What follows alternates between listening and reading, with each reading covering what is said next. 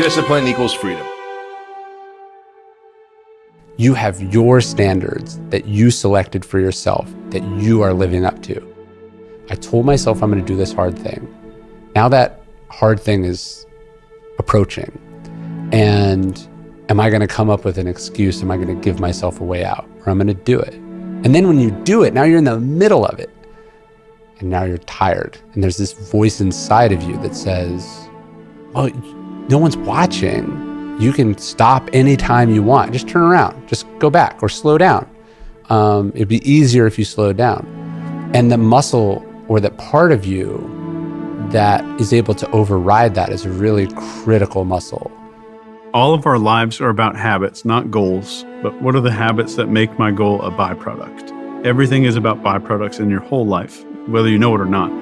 So instead of setting goals, set like the byproduct. What are the byproducts I want to have for this year? And then what are the habits that make that up? So what the big mistake most people make is they see somebody like you. You go to the gym very often. You probably eat really clean. Somebody who doesn't live a very disciplined life would look at you and say, God, I want to be like Steven. He's got all this discipline, going to the gym. But they don't understand that you going to the gym isn't discipline. It's a habit. So you're not like forcing yourself to go do something. You're doing something that's a habit for you. The discipline only is necessary. You only need like a teaspoon of it at the very beginning to get this habit started. So start micro habits first and then bigger habits. So the discipline is not something that you should be seeing if you're seeing someone eat healthy and go to the gym, do all the stuff you want to do. Those are habits. And that person, you're not seeing a discipline at work right there. You're seeing a habit. The discipline was just at the beginning. And I think if more people knew that you're just exercising a little discipline at the very beginning, and then that's just what you do. It's like somebody who sees someone brushing their teeth every day, like, wow, that's so much discipline. It's just what we do. It's a habit.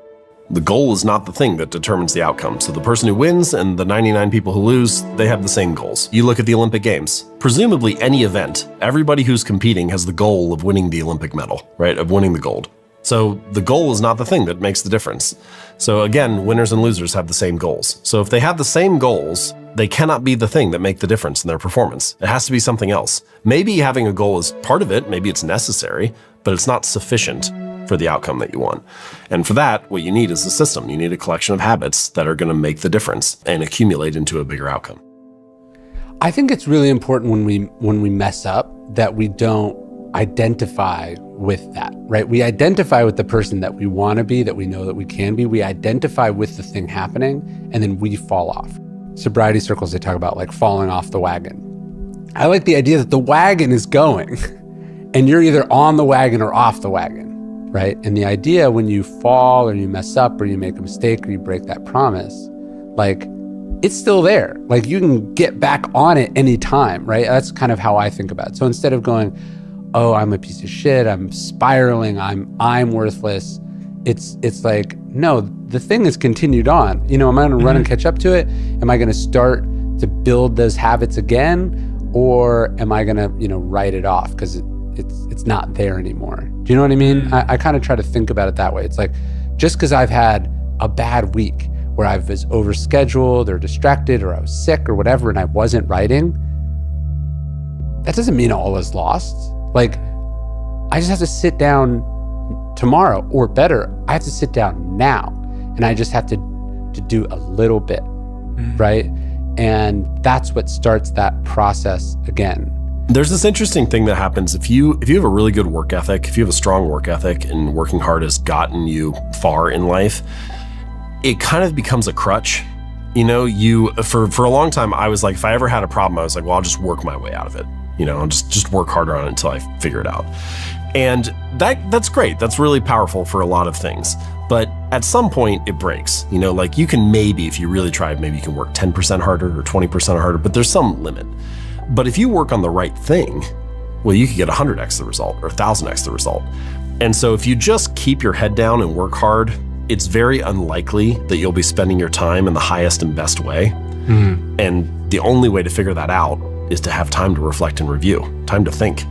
So you need enough time to think, to figure out what should I be focused on next. And so I think that is it's almost, reflection and review is almost like the meta habit that is above all others, because if you give yourself time to reflect and review, then you can troubleshoot your habits and figure out how to adjust them. A lot of the time when someone sits down and they want to build a new habit, they don't say this, but what they kind of assume is what it would mean to be successful with this habit is that I do it for the rest of my life.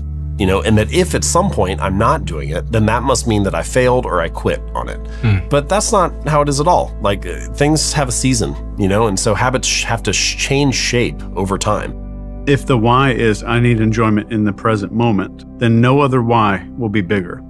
No discipline why will ever be larger. The only why will be, why am I eating these Cheetos right now? Because that's the only why.